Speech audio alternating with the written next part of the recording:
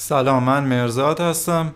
قراره که تو این قسمت از ویدیو گیتار الکتریک رو به صورت بخش به بخش بهتون معرفی کنم.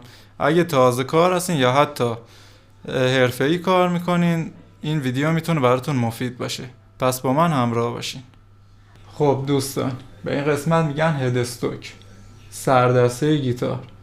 به اینها میگن تیونر یا که باش کوک میکنیم گیتار رو. این بخش راهنمای سیما است.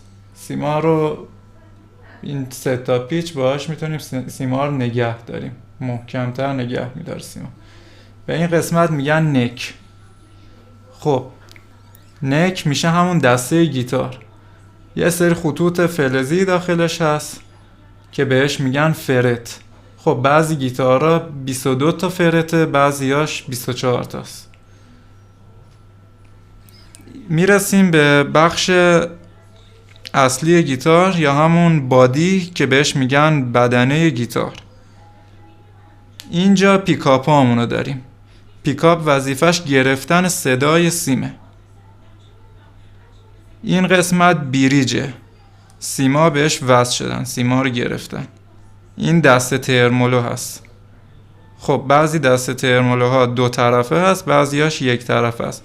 بعضی سازا هم فیکسه، کلا نداره اینو. این قسمت کلا فیکسه، تکون نمیخوره.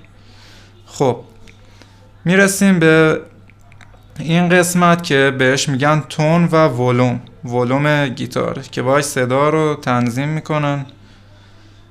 اینجا سلکتور تغییر صدای گیتار و اینجا این بخشم که کابل بهش وصل میشه که اینجا تو این گیتار این شکلیه و گیتارهای دیگه ممکنه محل اتصال کابلش جاهای دیگه باشه. و در نهایت سیمهای گیتار که سیم یکمون میشه نازکترین سیم و سیم 6 میشه ضخیمترین سیم. 1 2 3 4 5 6. خب دوستان، این معرفی در رابطه با بخش‌های مختلف گیتار الکتریک بود. پس ویدیوی بعدی رو از دست ندین، چون که قراره در رابطه با پیک و تجهیزاتی که لازم داریم صحبت کنم. کانال رو سابسکرایب کنید و اگه سوالی داشتین حتما برام کامنت کنید که بهتون پاسخ بدم. دوستتون دارم. خدا نگهدار.